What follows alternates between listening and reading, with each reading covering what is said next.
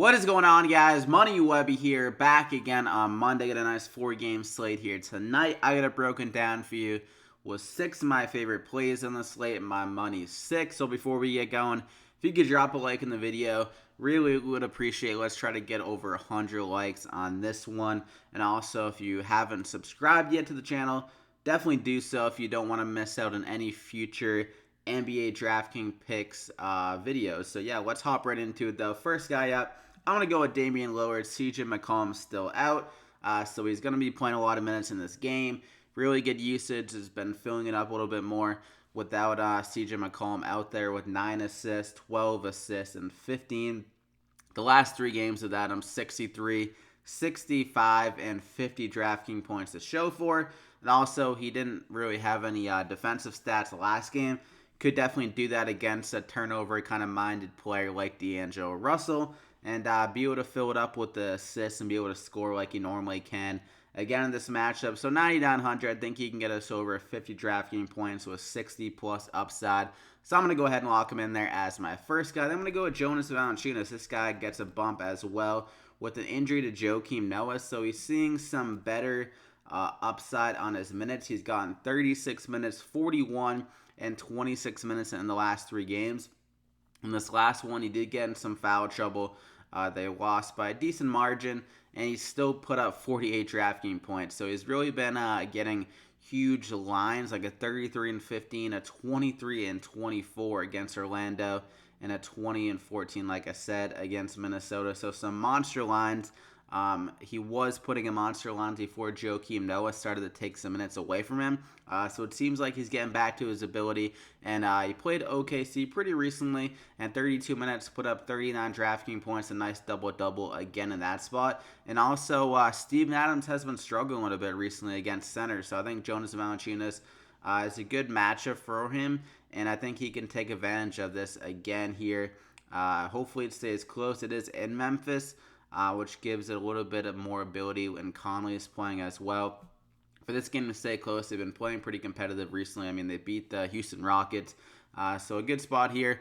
I'm going to go ahead and lock him in there as my second guy. Then I'm going to go with Aaron Gordon here at 7,000. It's Joel Embiid has been really solid defensively this year, so hopefully he can limit Nikolai Vucevic in this matchup. And Aaron Gordon, he's been playing a ton of minutes recently as well, 39 minutes and 38 2 out of the last 3 games. They blew out the Pelicans, so he only got 30 minutes in that one, but he still put up 45 DraftKings points, and just has really big minute upside at this game to stay close. That when the last game they played against Philly, played 39 minutes, put up a nice 39 DraftKings points, just 1 rebound off the double-double. So really good ability. I think he can just score a little bit against Tobias Harris. Not really a great defender by any means. This game should be one of the higher scoring games of the night and should be able to stay close. Orlando plays good basketball at home. They have a nice home win streak, and Philadelphia's defense has been pretty suspect throughout the majority of the year. So like I said, if Embiid can kind of lock down Vucevic nicely, and Aaron Gordon takes advantage of that, gets some more shots. And also Aaron Gordon, for whatever reason, the last 2 years, he's been much more comfortable at home in Orlando. If you look at the splits here, the 3-point shot is at 39% at home, but all the way down to 27% on the road. So he does have a lot more upside at home, and hopefully that will continue the case. He's coming off a bad game, so hopefully a little bit motivated to bounce back here. Magic fighting for their playoff life. So I'm going to go ahead and lock him in there as my third guy. Then I'm going to go with Nurkic as well. A nice little center combo here. Both guys priced around the same, around 7,000, but both of them have huge double-double upside. So another matchup here against the Brooklyn Nets. They've been notorious over the last 2 years for allowing a ton of rebounds to the center position, probably mainly because their center is just so big, and compare like their power forward play, which is kind of undersized.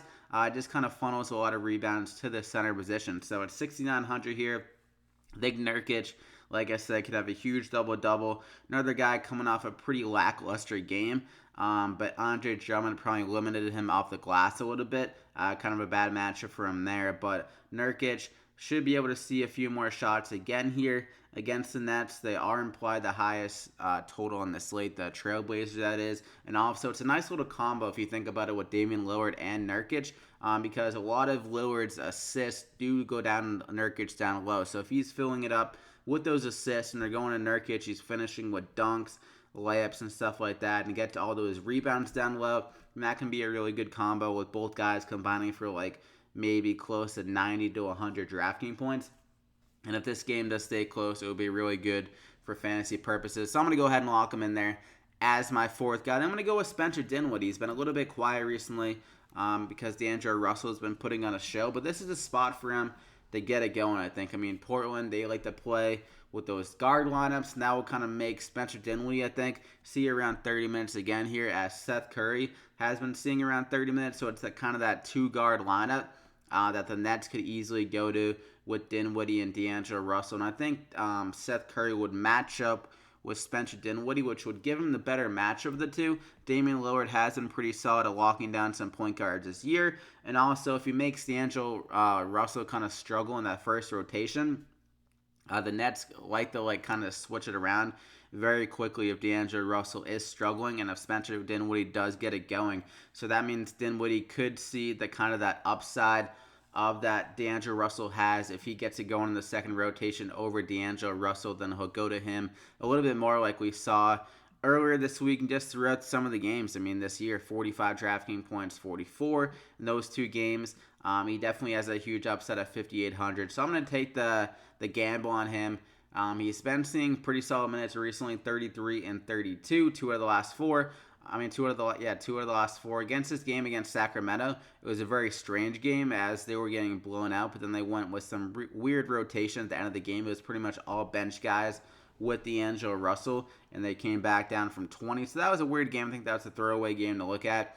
He's still putting up some solid lines recently, 29, 24, 28, 35. And I'm hoping here he can get it going, score a little bit better. They're going to need his scoring against Portland. And perfect game for him to get it done. So I'm going to go ahead and lock him in there as my fifth guy. Then I'm going to go with Seth Curry here. I mentioned how he's been seeing some more minutes. And he's been playing pretty damn well the last two games, 24 and 32 DraftKings points. He's really been the one that stepped up with CJ McCollum being out. I actually mentioned that the first game that he was out, that Seth Curry could be an interesting guy here to step up over Rodney Hood. And he's been doing exactly that. He's been a really good fit.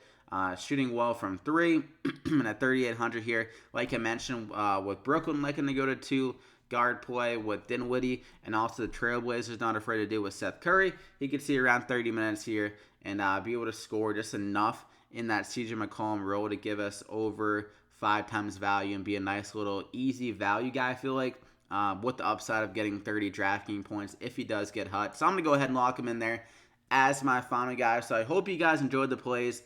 Slap a like I said, if you did.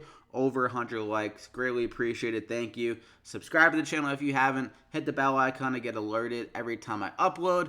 And wish you guys the best of luck. So win some money for me. And comment any questions you have down below in the video. And you can follow me on Twitter at MoneyWebby to see I tweet out every time I upload my videos. And to get any updates on the plays, if any injury news does come throughout the day. There's not many people to really track, I would say, on this injury report, but obviously things can change. But good luck, and we'll see you back here again next time.